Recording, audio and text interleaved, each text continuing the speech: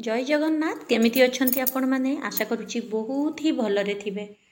जगन्नाथଙ୍କ दयारु सबुबले मु एतिकी प्रार्थना करे मोर प्रत्येक दर्शक बंधु माने बहुत सुखरे रुहंतु, बहुत आशीर्वाद रे रुहंतु। महाबाहुଙ୍କ आशीर्वाद सबुबले आपण माननको ऊपरे रहू।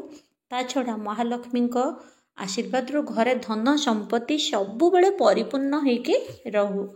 दर्शक बंधु आजिर उपाय रे मु आपण माननको कहिबी आसंता नुआ वर्ष बा 1 तारिख दिन आपण निजर दुआर मुहरे ठिया हेकी किछि जिनिष जहाँकि मु कहिबी आपणक घर जिनिष बिना पैसा खर्च रे घर ही से जिनिष नेबे। दुआर मुहरे ठिया हेबे, दुआर मुहरे ठिया हेकी घर भीतर को केवल फिंगी देबे। आपण देखंतु मु आपणको ग्यारंटी देकी कहूची वर्ष सारा आपणक घरे धन संपत टंका कोउथिरे अभाव रहिबो नहीं, भरपूर हेकी रहिबो। बहुत सुंदर सुख जीवन आपणकर बीतीब। खास करिकी टंका पैसा सौभाग्य को नेकी एहा प्रयोग करा जाइथिबा उपाय बहुत ही फायदामंद। बहुत लोक यार उपकार पाइचंती। देखंतु टंका विषय रे मु जो उपाय गुडी को आपनको कुहे प्राय मु सब प्रयोग उपाय गुडी को कुहे जहाँकि अन्य माने प्रयोग करिकी बहुत ही सेथुरु लाभवान हेइचंती। भल फीडबैक जो थुरु मते मिली थाए मु आपण माननक पाखरे सेटा पहुंचई थाए।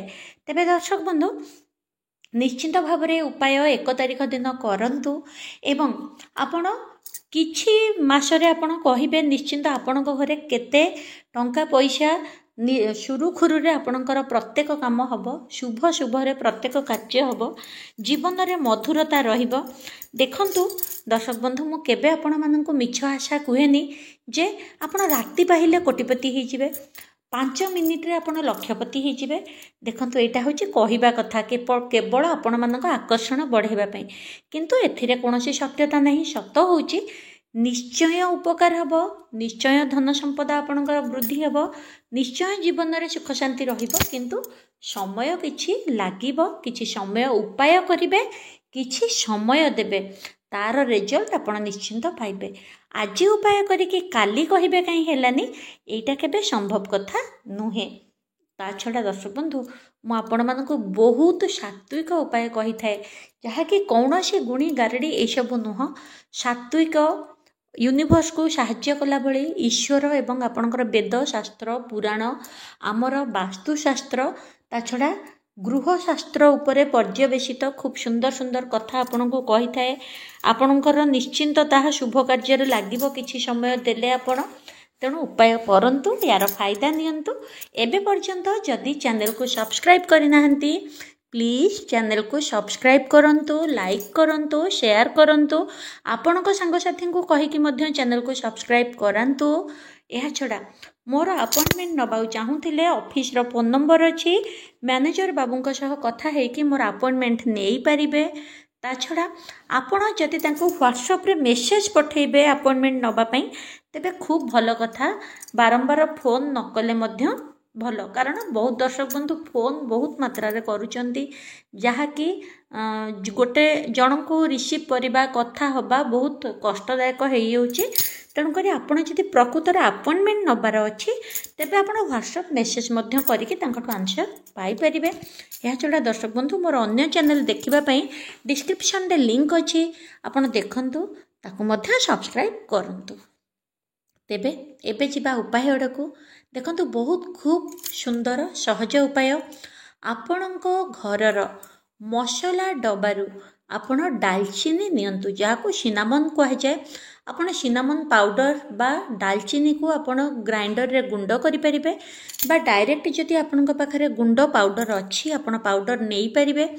किंतु केमिति करिवे उपाय ना 1 तारिख दिन प्रथमे आपण शुभ शुभ सकाळु सकाळु जदि ए उपाय आपण 7टा भितरे करि पारुचंती खूब भल कथा। नचेत तापर जदि टिके डेरी हेई होची चलिबो, किंतु 7टा भितरे हेई गले खूब भल। नचेत आपणकर संध्या जो कहंती संध्या समय आपण देखि परिबे गूगल लु पांजीरु संध्या समय हबा जस्ट ପୂର୍ବରୁ ବା ଠିକ୍ ସନ୍ଧ୍ୟା ଯେତେବେଳେ ଲେଖା ହେଇଛି ସନ୍ଧ୍ୟା ସମୟ ଗୋଧୂଳି ସମୟଟା ଆପଣ ଦେଖିନିଅନ୍ତୁ। ସେଇ ସମୟରେ ଆପଣ ଯଦି ଗୋଧୂଳି ସମୟ ବି ଜାଣିପାରୁନାହାନ୍ତି, ଗାଈ ଫେରିବା ସମୟଟା ଯଦି ଆପଣଙ୍କର କାହାର ବି ଟାର୍ଗେଟ୍ ଥିବ, ମାନେ ଦିନ ସରି ଆସୁଥିବ, ରାତି ସନ୍ଧ୍ୟା ପ୍ରବେଶ କରି ଆସୁଥିବ, ସେଇ ସମୟଟା ହେଉଛି ଗୋଧୂଳି ସମୟ। ସେଇଟା ମଧ୍ୟ ମହାଲକ୍ଷ୍ମୀଙ୍କର ସମୟ। ସେଥିପାଇଁ ଆଉ ସକାଳର ଭୋର ସମୟଟା ମଧ୍ୟ ମହାଲକ୍ଷ୍ମୀଙ୍କର ସମୟ। ସକାଳ 6ଟା ଭିତରେ ଏଇ କାମ ଯିଏ କରିବେ ସେଟା ମହାଲକ୍ଷ୍ମୀଙ୍କର ସମୟ। ବେଶୀ ହେଲେ ସକାଳ 7ଟା ଭିତରେ ଆପଣଙ୍କର କାର୍ଯ୍ୟ ହେଇଯିବା ଦରକାର। ନାହିଁ ତ ଯଦି ଡେରି ହେଇଯାଉଛି ଚଳିବ, କିନ୍ତୁ ଦ୍ୱିପହରେ ମାନେ ଯେମିତି 12ଟା ହେଇଗଲା, 1 ହେଇଗଲା, ସେଇ ସମୟରେ କଲେ କିଛି ଲାଭ ନାହିଁ। ପୁଣି ଆପଣ ଅପେକ୍ଷା କରିଯାଆନ୍ତୁ ଗୋଧୂଳି ସମୟ ଅର୍ଥାତ୍ ସନ୍ଧ୍ୟା କାଳକୁ।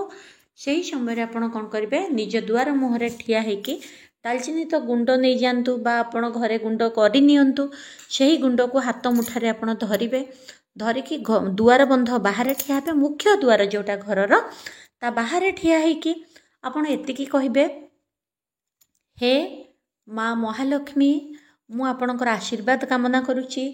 ମୋ ଘରେ ସବୁବେଳ ପାଇଁ ମାସ ସାରା, ଦିନ ସାରା, ମାସ ସାରା, ବର୍ଷ ସାରା ସବୁବେଳ ପାଇଁ ମୋ ଘରେ ମହାଲକ୍ଷ୍ମୀଙ୍କର ଆଶୀର୍ବାଦ ରହିଛି। ଅଷ୍ଟଲକ୍ଷ୍ମୀ ମୋ ଘରେ ଅଛନ୍ତି। ଟଙ୍କା ପଇସା ଧନ ସମ୍ପତ୍ତି ସୌଭାଗ୍ୟ ମୋ ଘରକୁ ବହୁତ ମାତ୍ରାରେ ମୁଁ ଆକର୍ଷଣ କରୁଛି। ମୋ ଘରେ ସବୁ ପ୍ରକାର ସୁଖ ଶାନ୍ତି ଅଛି। ଧନ ସମ୍ପତ୍ତି ବୃଦ୍ଧି ହେଉଛି। ବର୍ଷ ସାରା ମୋ ଘରର, ମୋ ପିଲା ପରିବାରଙ୍କର, ମୋ ନିଜର ବହୁତ ସୌଭାଗ୍ୟରେ ଦିନ କଟୁଛି, ବହୁତ ଖୁସିରେ ଦିନ କଟୁଛି। ବା ଆପଣ ବ୍ୟାଚଲର, ତେବେ ଏତିକି କହିବେ, ମୋର, ମୋ ପରିବାରର, ମୋ ଘରର ବହୁତ ସୌଭାଗ୍ୟର ଦିନ କଟୁଛି। ମହାଲକ୍ଷ୍ମୀ ପ୍ରଚୁର ମାତ୍ରାରେ ମୋତେ ଆଶୀର୍ବାଦ ଦେଇସାରିଛନ୍ତି। ମୋ ଘରକୁ ପର୍ଯ୍ୟାପ୍ତ ପରିମାଣରେ ଟଙ୍କା ଆସୁଛି, ଧନ ସମ୍ପତ୍ତି ଆସୁଛି, ଉନ୍ନତି ଆସୁଛି, ଭଲ ସ୍ୱାସ୍ଥ୍ୟ। ଦେଖନ୍ତୁ, ଖାଲି ଟଙ୍କା ମାଗିକି ଯଦି ଭଲ ସ୍ୱାସ୍ଥ୍ୟ ନ ମାଗିବେ, ସ୍ୱାସ୍ଥ୍ୟ ଖରାପ ହେଲେ ଆସିବା ଟଙ୍କା ମଧ୍ୟ ମେଡ଼ିକାଲରେ ଚାଲିଯିବ।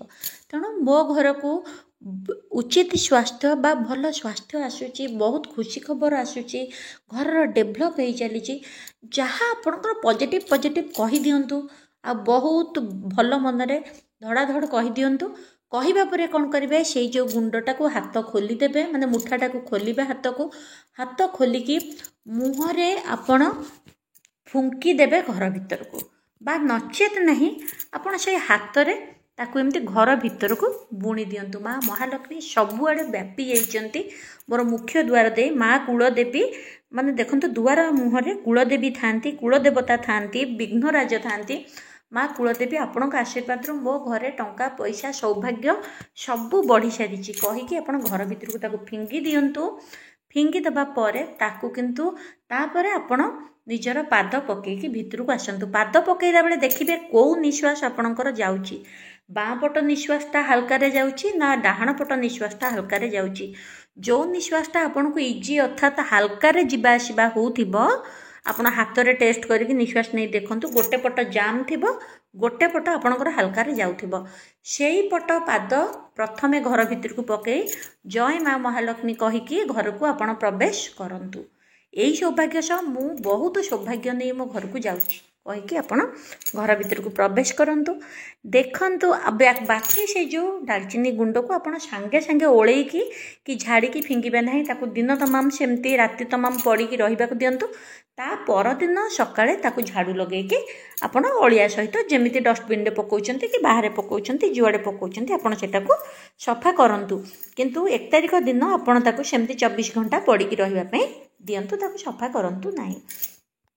ଏମିତି ଅତ୍ୟଧିକ ପକାଇ ଦେବେନି ଯେ ଯେମିତି ଦୁଆର ମୁହଁରେ ସେଗୁଡ଼ା ସବୁ ଗଦା ହେଇକି ଅସନା ଦେଖାଯିବ। ଅଳ୍ପ ନେବେ, 1/2 ଚାମଚ ବା ତାଠୁ ବି କମ୍, ସେମିତି ଯେମିତି ଗୋଟେ ସବୁଆଡ଼କୁ ସ୍ପ୍ରିଙ୍କଲ ହେଲା ଭଳିଆ ଆପଣଙ୍କର ହେଇପାରିବ। ମୁଖ୍ୟ ଦୁଆର ମୁହଁରୁ ଘର ଭିତରକୁ ତାକୁ ଛାଟି ଦିଅନ୍ତୁ ବା ଫୁଙ୍କି ଦିଅନ୍ତୁ। ନିଜ ପାଟିରେ ଭଲ ଭଲ କଥା କହିକି ଫୁଙ୍କ ମାରିଦେବେ। ଦେଖିବେ ଜୀବନରେ ବହୁତ ହି ସୁଖ ସମୃଦ୍ଧି ଆପଣଙ୍କର ଆସିବ।